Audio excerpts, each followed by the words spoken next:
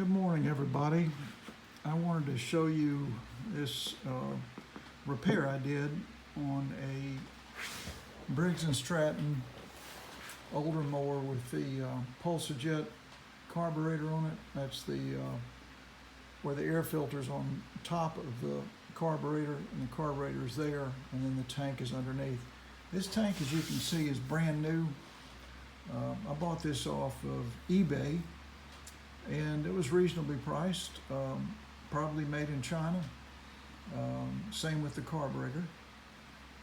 And it's an economical way to save an old mower. This mower here, the engine was off a little green weed eater mower that was basically given to me because the guy said it was broken and the wheels were falling off and the rewinder was torn up, and but I had to check it and make sure the engine was bad, and the engine's fine. The tank was completely rusted out, so I had to either repair it or get a new one, and it was not really repairable. It was just too rusty. So this is a brand new tank. You can see the shiny new cap and everything. And if you do attempt this, I wanted to let you know there are several problems you're going to run into. I've done several of these, and it's always the same. This lip right here does not fit on these older engines, so you've got to, I've actually done this before. I've actually filed this edge down so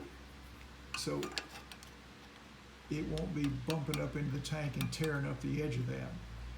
But now I decided it's just simpler to put a spacer in there, so what I've got is just a nut to separate this, and then this is flexible, so you can bend this back a little to make it fit. So you bend that out this way a little, put you a spacer in there, and then put your 3/8 by 1/4 inch screw in there, and you'll probably have to adjust the carburetor governor a little bit and push it in, because you've moved this out, so that'll make it run a little faster. So push that in just a little if you have to.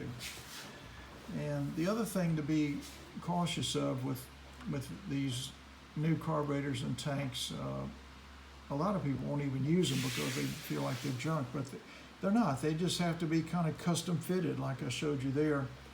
And for some reason, little Chinese workers over there put a screw down where this screw goes in to hold the filter. So if you look in the carburetor, right down in there, you'll see a screw in there. You've got to take that out. So get your Phillips head screw and move that out. Otherwise, that air filter screw is not going to be able to go in. So you got to remove that. I don't know why they do that. I guess they just feel like if it's an empty hole, it needs a screw in it. But, so anyway, the other screws then, of course, go around and attach the carburetor. But remember to take that screw out. Otherwise, it won't go in there. I've also run into a situation where I put a brand new tank on and a brand new carburetor, put some gas in it, and I push this bulb and nothing happens. It doesn't prime. And I'm sure a lot of people, that happens to them and they think, oh, it's just junk. And in some ways it is, but the thing is, you can custom work these things. So take this off, and I've had dozens of these like this. The check valve ball that is underneath this has fallen out, and it's just rumbling around. So when you get your new Chinese carburetor or tank, just try to hold everything still and shake it. And if you hear something rattling around, that's the check valve ball and spring loose inside here, and it's never going to prime without that in there. So you've got to reinstall that, and it's going to want to come back out. So what I've done is I take just a micro dot of super glue. I put the spring back in, I put the ball back in. I put the rubber gasket, so to speak, that holds it in, and that's the last thing that you stack on there.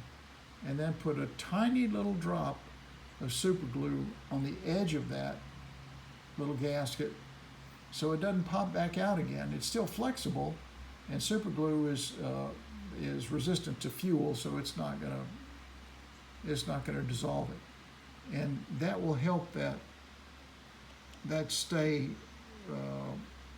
together where it's not just falling out over and over again. And if you hear that rattling around in there, you're going to have to take off your primer bulb and get to that and reinstall all that stuff, and then this little carb will work okay. So that's some of the things you're going to run into when you put on one of these new tanks. All right, thanks for watching, and if you liked it, please give me a thumbs up and subscribe. I'll be putting out more videos. Thank you.